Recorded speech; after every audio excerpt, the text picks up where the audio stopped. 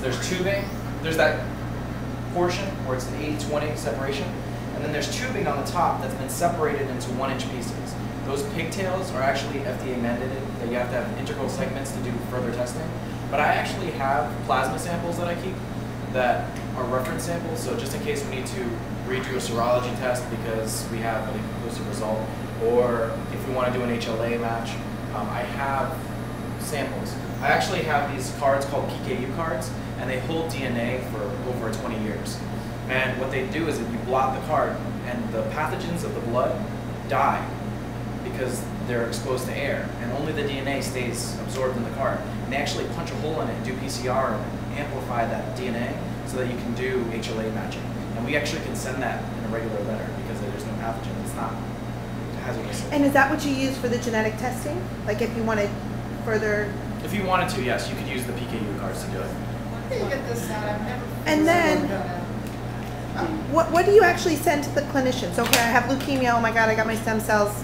Ship it quick. This would actually be taken up, and all of the documentation that we have for it would be included. Right. We have here is a processing report that's actually printed out and automatic with the AXP. You've seen the module, correct? Right. So that will actually give me graphs and lot numbers. And actually, if you know ahead of time, I can send this to the doctor or the transplant physician ahead of time so they can review it, make sure. And because we have all this documentation, they're more prone to use the sample that's in here rather than some manual process that would, they would say, well, I don't have faith in that sample, so I'm not going to use it. That's basically what would happen. But this one, we would send this as a whole, and actually has a tool that will open it.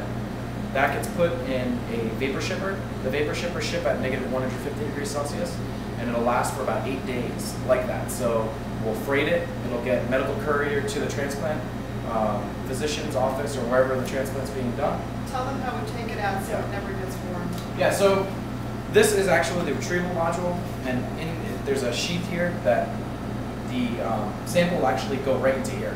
The Bioarchive is taking it out of the Bioarchive. Yeah, so in the Bioarchive, it goes into that styrofoam sleeve. This fits right inside. When you're done with the retrieval process, which takes about 15 minutes, this cassette will actually be inside this, and then this would just be placed in a vapor shipper. The vapor shipper would be charged beforehand, so it would already be at temperature. And you just place it in, put the module, the cover over it that has a temperature sensor on it, and that will log the temperature of the sample through shipping, so we can prove that it has not been disrupted. So that's the difference between handling the sample to make sure it never undergoes those temperature excursions that our competitors can't claim. That's the single biggest difference between AssureImmune and everyone else, Julie, is that the retrieval process, that bioarchive process, and that the viability of this since stuff. The transfer of the sample in the Teflon, in the styrofoam sleeve occurs inside the Bioarchive, that never gets much above 150 degrees, minus 150 degrees. And as long as you can keep it below minus 56, you are never backing into that glass transition again, that danger zone. And so clinicians have a lot of confidence, and that will only increase with time in bioarchive technology as opposed to anything manual.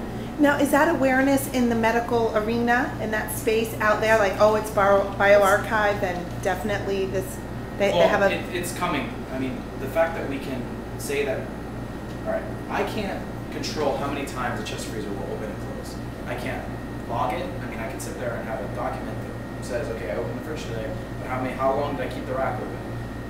For GMP purposes and for control of your process, it's almost impossible to control something like this. There is a manual retrieval process that happens with this. If, let's say, power goes out and the arm malfunctions, I actually have a special device that fits right on top of this port, and I can retrieve it manually. However, there is also a protocol in here, in the computer, that actually will control that inventory. Even though I took it out manually, I have to sign documents, because I did one every year we have to put a fake sample in and practice removing it.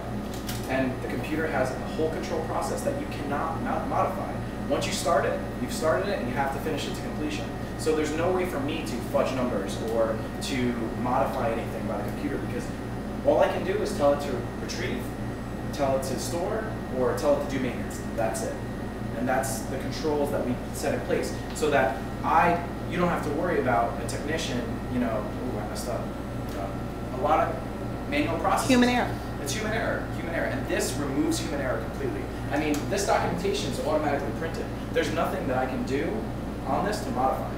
It's already logged and it saves it. So even if it was a failed run, it'll say failed run. And it has happened before, but you know, not with real samples. It was during training, but still. I mean, there's so much control with these two as a bundle, and it's really, I mean, some people have the XP. You know, they don't have the Bioarchive because they don't want to invest the money into the Bioarchive because it's the most expensive piece. Which is about $300,000. Yeah, I mean, altogether, it's, you know, close to half a million. 325, almost 350 by the time you get all of the stainless steel cassettes. That's not including installation and calibration and the yearly maintenance. So, I mean, it's very expensive to keep a sample.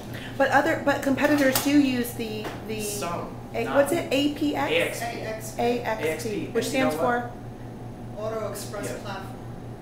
And to be honest with you, they're also using non-GMP DMSO.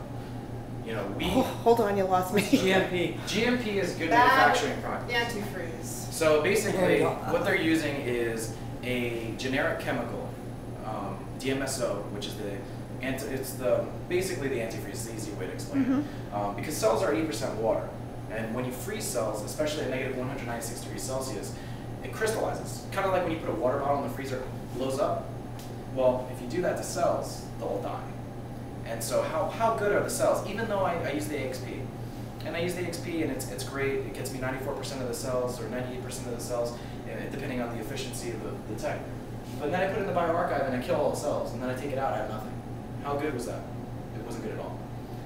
But if we use DMSO that's been GMP manufactured, meaning manufactured under rigorous controls, and it's in a syringe like this, it comes pre-filled.